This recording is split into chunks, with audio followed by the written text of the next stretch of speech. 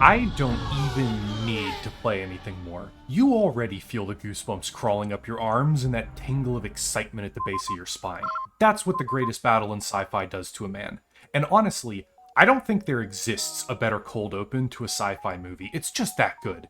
And while today's topic may seem like nothing but hype, I promise you this is one of the few times it's warranted. The Star Wars prequels are generally dunked straight into the trash by most people talking about them, and for good reason. I hate sand, midi-chlorians, spinning is a good trick, and of course the Antichrist himself, Darth Binks. There are plenty of good reasons to dislike the prequels, and I'm not going to try to justify them being anything above like a 5 out of 10 at the best of times, but I do think people have undersold the good moments because of how much bad they're surrounded by. My hottest take of all time is that while they're overall poor movies and the OT is all around amazing, the peaks of the prequel trilogy, the high points, are miles higher than the best of the original trilogy. And the battle over Coruscant is the perfect example of this to me. Nay, no, that's too weak. Irrefutable proof of this. This may be one of the most ambitious, well-rendered and shot, exciting and dynamic space battles ever made. If you ask me on a random day, pick your favorite space battle, Sci, I think I would struggle to come up with anything else. This thing smashes to the front of the line instantly. In fact, I can probably point to the moment, the exact goddamn moment, that an entire generation of people fell in love with Star Wars, despite all the terrible garbage that surrounds the prequels. I can point to the exact moment that so many people were willing to give a pass to the prequels and embrace them for the cool parts. You ready? Here it is.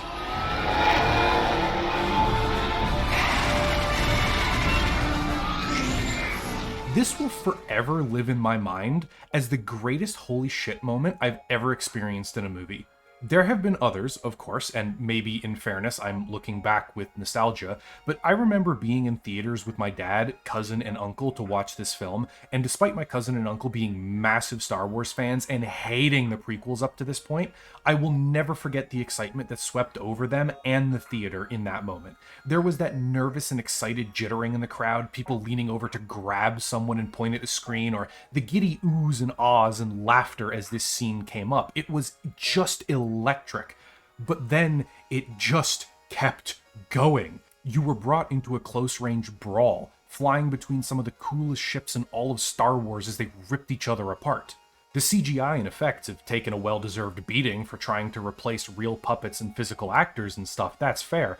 But this is one of those moments where I don't think you can argue that modern CGI is just better than anything you could do with real models. Star Wars has never looked so dynamic, never looked so epic and detailed, and the combat and destruction has never looked so good. And comparing this to what came after, my God, how the mighty have fallen. Can we just remove Exegol completely? Can we just pretend it never happened? There's going to be a lot of me shamelessly sucking off this scene and the people who made it, but I will try to actually back up my opinions and explain why I like it so much. So let's get to that oh wait, no, hang on, intro. Normally I do an intro here. Hi, hello, I'm Sai, this is Science Insanity, like, sub, bell, whatever. Okay, on to what we actually care about. Ultimately, I mean, it is still my opinion, so feel free to disagree, but, like, I'm just correct, so don't waste your breath or the typing, I guess. First off, scale. I think generally science fiction is best when its space combat is small scale. An individual squad of fighters, a few capital ships going at it, maybe a small flight of escorts taking on a bigger ship. The first battle of the Death Star is great, it's relatively small on scale, you can keep track of exactly what's happening to who, where, when, and it's really fun to see all the different X-Wings, TIE Fighters, and Y-Wings flying around and blowing up. And I think in general the reason that these kinds of small scenes perform better is because sci-fi does not handle scale well in space battles, like, at all. They either fall into one of two extremes. Either they're really high quality with great presentation, but they last for a few seconds, or they're middling in their presentation, but massive in their scale, scope, and destruction. For a few examples, the remastered cutscene from Halo 2, giving the Covenant back their bomb. This is great. The camera angles, the presentation, the disparity between the Covenant and UNSC ships. It's genuinely amazing to see this cruiser get bisected by a Covenant plasma beam. But the issue for me is that you only get a minute and a half to see or enjoy it. Granted, the cutscene is to move the story along and get Chief where he needs to be, so it's not really a fair comparison again, but even with me being incredibly generous and starting on the very first frame we see space from inside the airlock, you get about 1 minute and 31 seconds. If I was harsh and counted it once you actually see the ships, it goes down to 42 seconds of actual space battle and 50-ish seconds of Chief flying pretty good for a brick. You also get a terrible sense of scale. This is the battle for Earth. This is the Covenant bringing a giant fuck-off fleet to the homeworld of humanity, fortified and garrisoned with everything the UNSC has left, plus whatever they could scrounge up from the civilian population.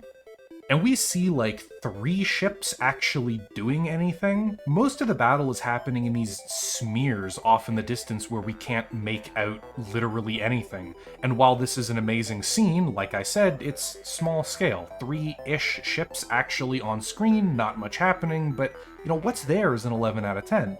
Also, for fuck's sake, can we stop making things live action that don't need to be? We got the Halo TV show, and honestly, I would have just preferred an hour of this animation style of the Chief killing Coveys and saving people over that. Jesus fuck, it would have been so much better, but okay, whatever, moving back onto the video. On the other side, we dip into anime stuff. Get ready for some stupid-ass numbers here, by the way. Log H. Legend of the Galactic Heroes. Congratulations to the 5 anime fans that have been pestering me for literally almost a year asking me to talk about or at least look up Log H because it's so stupid. Insanity, they tell me. Science insanity. And yeah, I finally did settle down to actually start watching it. When the fleets consist of 200,000 ships smashing into one another though, and it's considered a minor side battle to the main fight, I can see why people sell it as this ridiculous war story. But honestly, it kinda just illustrates my point. Log H has some of the biggest, most bombastic space battles in all of science fiction. The final battle of Amritsar culminates with 200,000 ships of the Empire surrounding and attacking the beleaguered and resource-depleted forces of the Free Planets Alliance, numbering some 100,000 ships, a small force, or just under due to many being rendered combat ineffective from prior engagements and attrition. Now, firstly, what the actual fuck? The numbers here are just... what? Second, as much as these are cool scenes, I can't help but feel like the battle itself is a stagnant, boring affair. I know, heresy, but hear me out, and this is also like all of the space battles in Log H, realistically. So this is 100% an anime trope of bigger being better in sci-fi, by the way. If it isn't a hero ship like Space Battleship Yamato, then it's a giant brick of ships lining up in solar system spanning lines of battle against other solar system spanning bricks of ships. There's very little actually going on. The copy-pasted ships line up and then spend 20 minutes blowing up, and you basically see very little tactics or strategy. On the grand scale, you might see commanders moving units around and playing chess on the galactic scale, or solar system scale, whatever, but when each chess piece you're moving around consists of 10,000 fully crewed starships and tens or hundreds of millions of lives, it starts to become a little stupid and impossible to follow. So despite the scale, the quality sucks ass. The battle over Coruscant, though, at least to me, it strikes that perfect in-between. It's got the stupid scale of a space battle over the capital world of a galaxy-spanning nation, but it gets so into the details and gritty effects that there isn't a single frame of this battle where something isn't going on. Sometimes it's literally half a second for you to see, but it's still awesome. There's no dead space or wasted time, and even though the ships are literally copy-pasted, they don't feel like it, which is an achievement. To give you some examples, okay, we see, in order, a Venator going down smoking and flaming barely visible in the bottom of the screen. Anakin's face obscuring another Venator getting schwacked by a rolling barrage along its command towers. A Venator ripping into the upper face of a munificent frigate. A second Venator joining in and smacking that frigate in the lower rear by the engines. 2 munificents bracketing a Venator as they approach it, which is a really stupid idea because, that thing has 2 rows of main guns and they can't normally fire at the same time. Why would you let it shoot off both sides at once like a cowboy dual-wielding revolvers? But, hey, droids, not the smartest. When the ARC 170s form up, we see a sweeping shot showing multiple Republican separatist ships damaged and still engaging in the background, something getting absolutely fucked off screen as a shower of debris rains down, and my personal two favorites, this Venator opening up in volley fire rather than the normal barrage, and you realistically only being able to hear most of it. Something about this rapid-fire oomph of those turbo lasers is just hilarious to me. In my heart of hearts, some Seppi frigate just got bisected off-screen and got absolutely blasted. And then the second point, this buzz drone. I always thought the Scream was the poor guy getting knocked loose off the ship, but no, he's just having the time of his life. Go off, little man. Go off. Long story short, what I'm trying to say is that the battle over Coruscant is absolutely jam-packed with stuff to see. Every single frame has something of value that's unique or different or cool. No matter how short or unnoticeable in the background, every ship you're presented with is doing something. There's 101 battles playing out all around you, and you can spend so much time filtering through it all and finding new stuff every time.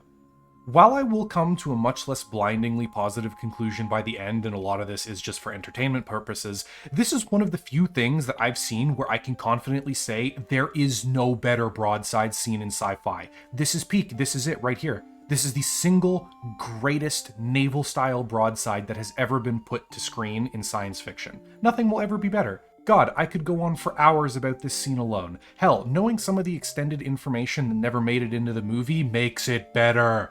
This Venator is the Guarlara. Originally, the reason the Jedi were sent on a rescue mission is because Grievous kidnapped the Chancellor and the Republic didn't want to blow the ship up. The captain of the Guarlara said fuck that and went for it anyways, believing that Grievous was bluffing to try and escape and that the Chancellor was already dead or gone.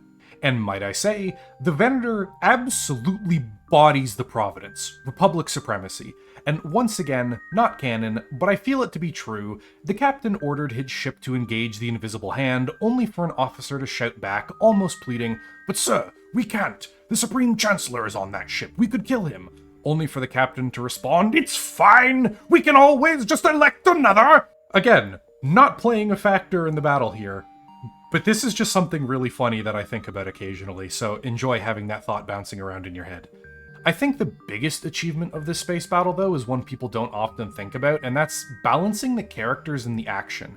I've mentioned in examples things like the battle being a backdrop or the character drama being the focus, and in a lot of cases, yeah, the giant space battle is meant to serve as the backdrop for the main characters to do main character things. It's often treated like a battle taxi. Literally, it exists to get the characters exposure and move the plot forwards. And other times, the battle in and of itself is the purpose of the scene existing, but it's done at such a small scale or for such a short time that it's just disappointing. The reason that the battle over Coruscant is peak for me is because it just does everything so well. It's not good at one thing or a couple things, it isn't all right at this, it doesn't serve its purpose, no. ILM, the animators behind it, produced a space battle that does everything amazingly. Scale, impact, detail, presentation, thrill, enjoyment, even story and drama, because I do think there's a lot of good character moments in there as well. Anyways though, that brings me pretty much to the end of the video. This is all my opinion, despite how I phrase things, and no hard feelings were intended by comparing it to other settings. A common complaint that I did hear and see and want to address is that there's just too much going on, or it's too chaotic and I can't understand the scope of the battle, or it's not presenting the battle itself enough and I want to see more of it. And you know what? That's fair. The space battles from The Expanse are way smaller, much easier to understand and much tighter, like watching two masters duel rather than an all-out bar brawl, and yeah, fair. So if you disagree or have differing opinions, feel free to discuss in the comments. I'd love to hear what your favorite space battles are and why you love them, since what people like or appreciate can change drastically. And before oh shit, the music! The music, I forgot. Holy shit. I actually forgot to talk. Jesus, Sai, you're an incompetent moron. If brains were gunpowder, I wouldn't be able to blow my nose. Oh. Okay, I actually did completely forget about this writing the script until now when I got to the end. So if it's going to be rambly, apologies. God, the music. Look, just... We can sit here for hours talking about this score, but come on. This is John Williams. It hits with all the grandeur, bombast, and chest-thumping quality that all Star Wars music does. It's good. It's just so good. It fits so well with the on-screen events, and like most Star Wars music, is a joy to listen to on its own as well. I think it also has one of the best openings, full stop. Like, that hammering dun dun right at the beginning is iconic. Building louder and louder as we get closer to the ship, only for the strings and horns and cymbals to flare up, and we see the two Jedi starfighters burst on the screen. It's inspired by several other things, clearly, yet it's Star Wars. Like, you've heard these sounds, you've heard these bits of music, you probably will have heard, like, specific small few note tunes in other songs and stuff, and yet nothing else ever sounds like Star Wars, if that makes sense. Like, it's just got such a feel all of its own, and it's just amazing. It's so good. And now, with everything covered, we can finally do the outro. If you've made it all the way this far in the video, you are clearly the target audience, so why not leave a like, subscribe, comment down below, ring the bell button to be notified of new releases, all that good YouTube stuff, because it really does help a smaller channel like this against the algorithm and is greatly appreciated. Or if you want to support us more directly, Sci does have a Patreon where you can throw a few dollars towards my Staying Alive fund. If not, we got a Discord with a small community of fellow turbo nerds that do nerd stuff, like playing video games, talking shop, sharing hobbies, and generally just hanging out. I also stream on the weekends, Saturday guaranteed most of the time, and Sunday sometimes, if not Saturday, so you can check that out as well to catch me live. And to all the people already supporting the channel, a huge thanks to the arms dealers, allowing me to get hands-on practice with all the tools and toys that you saw in today's video, and might I say, the Venator is a surprisingly nimble ship. I only crashed it into a couple buildings while coming in for a gentle landing. To all the food merchants making sure that starvation is an ever far away enemy, thank you very much, and the coffee vendors ensuring that my war on sleep is ever productive, thanks guys, one day I shall never sleep again. And with that, the video is functionally over. I have nothing else to say. Outros are hard. Goodbye!